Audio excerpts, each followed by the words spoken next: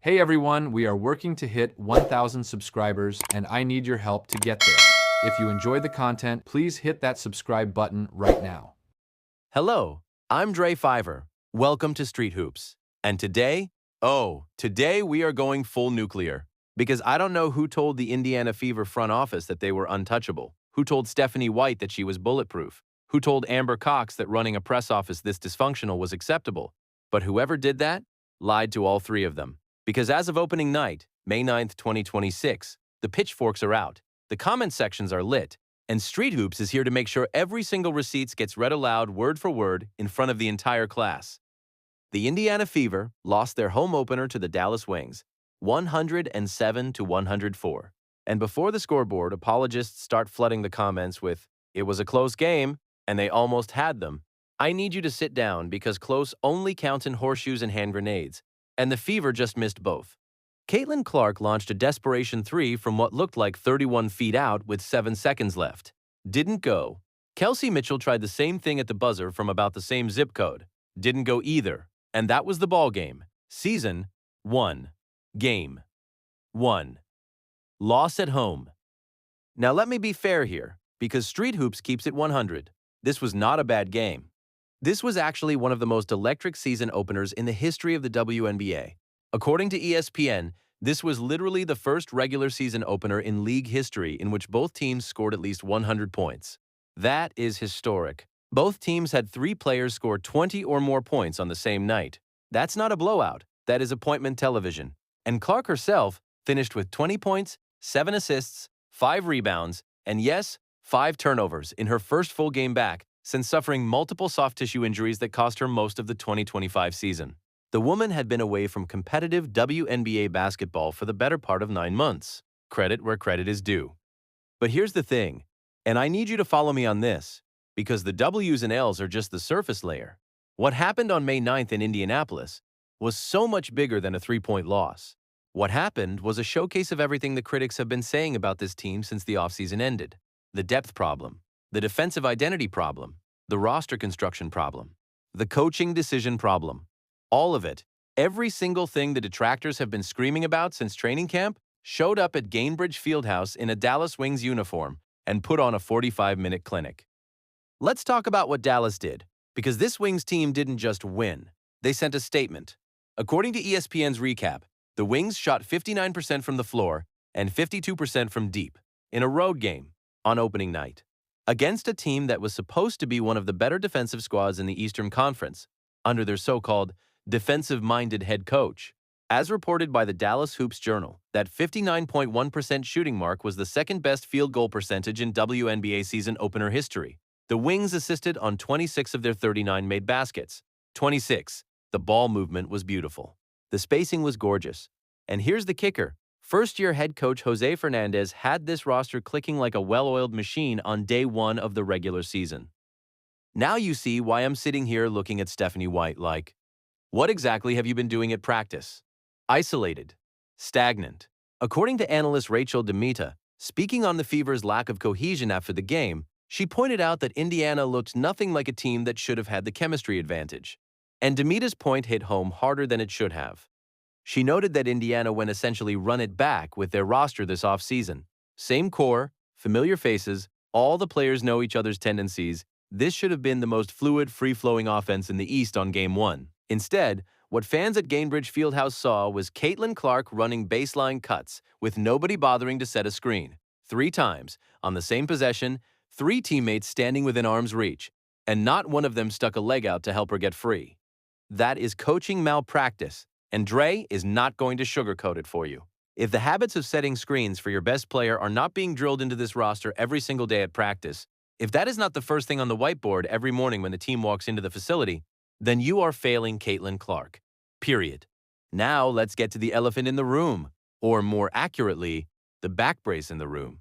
Because while all of this is happening on the floor, Caitlin Clark, who, I want to remind everyone, just returned from a season that saw her play only 13 games in 2025 due to soft tissue injuries, is making not 1, but 2 trips to the training room during the game. 2 separate trips. The first between quarters. The second, as reported by Yahoo Sports, had her running off the court mid-action. with just over 3 minutes left in the third quarter, disappearing into the tunnel, and then jogging back onto the sideline with about a minute gone in the fourth. Now here is where it gets interesting. During the ABC broadcast, the commentators reported that the training staff appeared to be attending to Clark's hip flexor and groin area. Hip flexor. Groin. Those are the words that made every Fever fan's stomach drop, because it was a groin injury that cost Clark the majority of her 2025 season. The fear spread through social media like wildfire in real time. Clark, to her credit, addressed it immediately after the game. She said the trainers were working on her back, just getting it put back in place a little bit. And Stephanie White jumped to the mic to back that up, saying according to Heavy.com that she would not have played Clark over 30 minutes if she was truly hurt. White described it as an ongoing thing, not just for Clark, but for multiple players, comparing it to NFL players making brief visits to the blue tent. Hip alignment gets off, rib alignment gets off, part of being a professional athlete. And look, I hear her. I understand what she's saying. But here is where Dre has a problem with the messaging. The moment you frame it as an ongoing thing, the moment you stand at that podium and say we're going to be doing this all season, you have created a narrative monster that you now have to manage every single game. Because here's how it works in today's media environment. If Clark gets adjusted in Game 3, Game 5, Game 8, the story never goes away. Every time she sets foot near that training table, every camera in the arena is going to zoom in. Every commentator is going to mention it. And every skeptic is going to point back to opening night and say, yeah, we told you. And while we're at it, let's add another layer to this, because Clark's post-game remarks didn't stop at the back issue.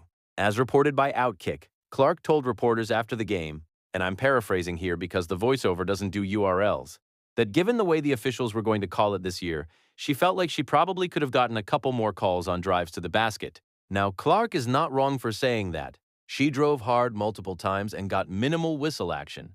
But this is also Caitlin Clark in year 3 of her WNBA career, starting to publicly call out officiating.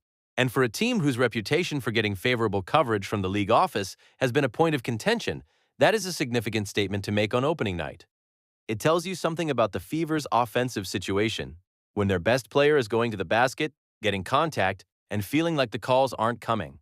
It tells you that her ability to get to the line, which is one of the most efficient scoring tools in basketball, is being neutralized.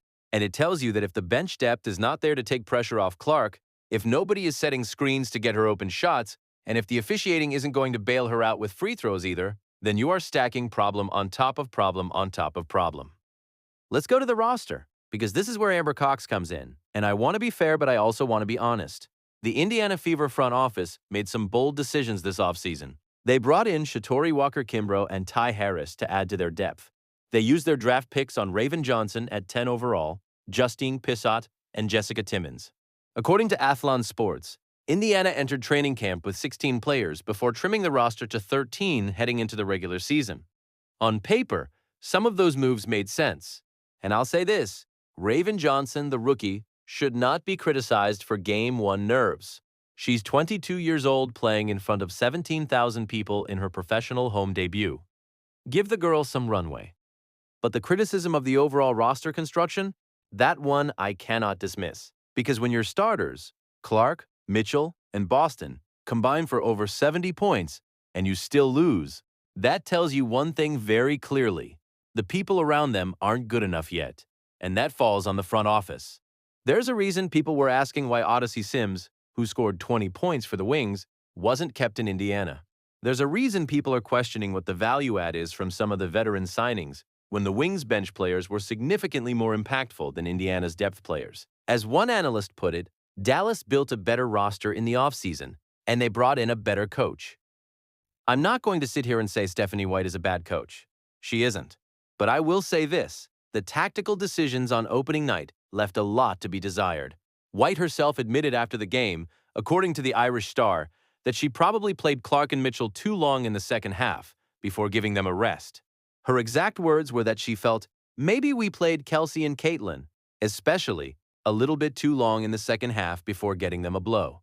She admitted it, on the record, on opening night. And while I appreciate the self-awareness, that is not the kind of admission you want to be making after Game 1 of a season where this franchise is supposed to be championship caliber.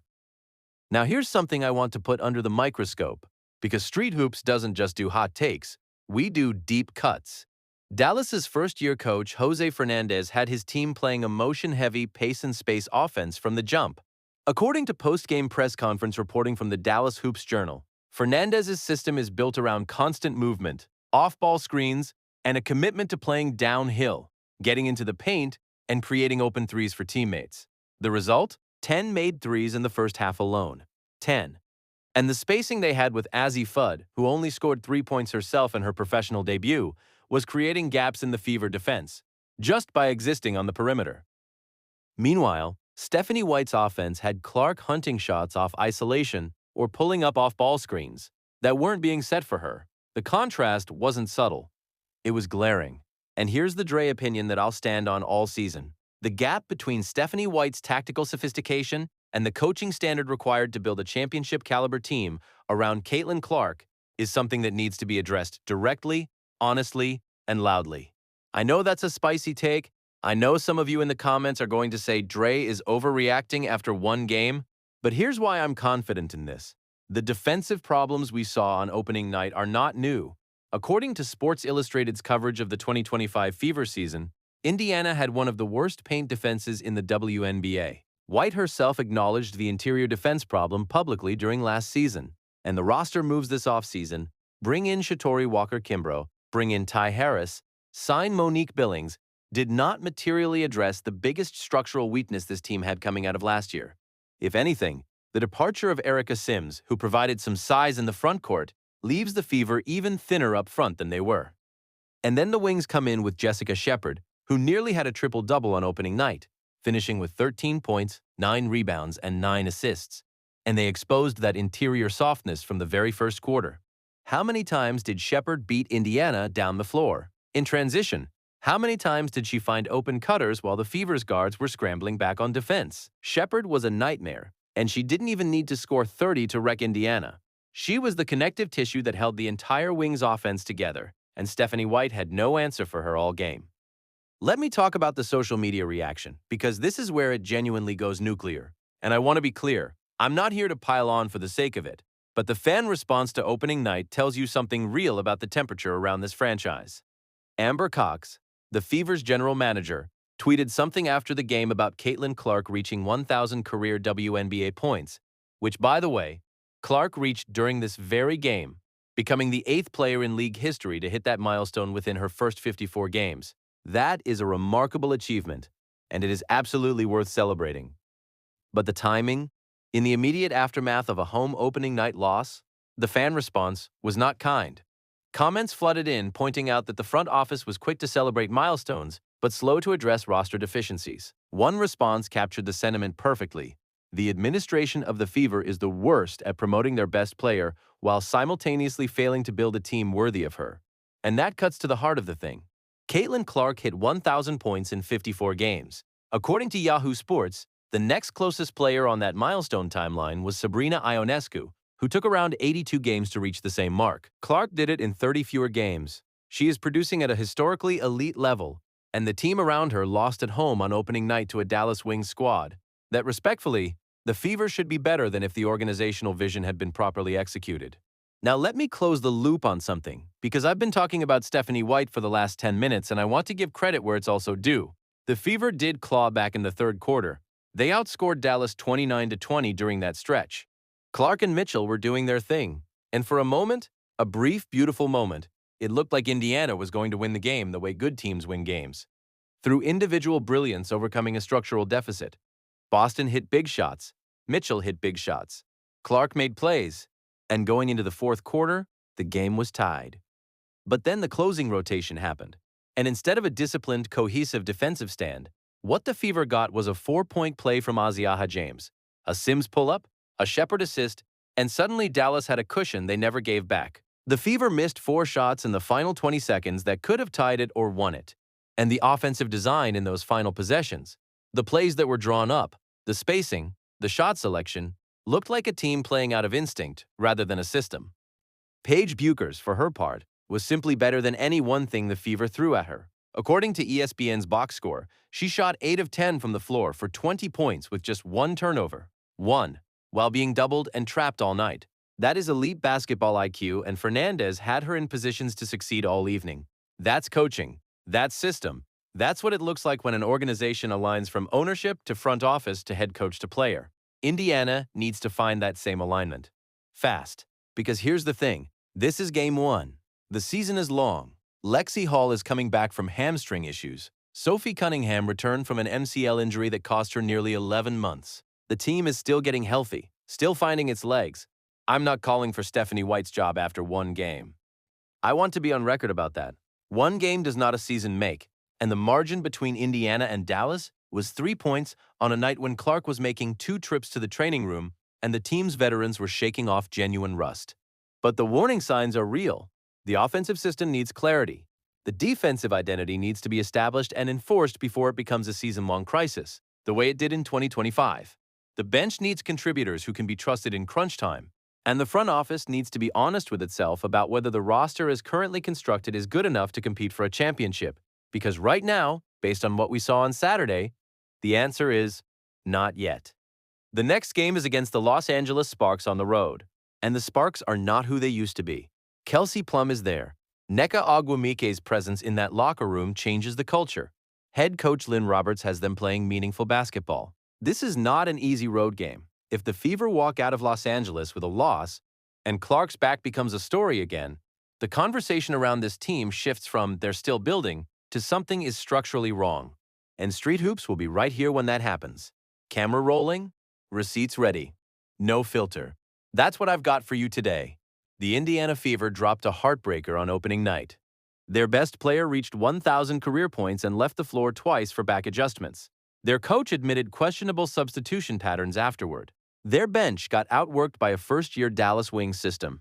Their general manager celebrated a milestone while fans screamed for accountability. And somewhere in all of that noise, a 3-point season opener loss to the Wings quietly revealed every single structural crack in this franchise that the optimists were hoping had been fixed. Stay locked in.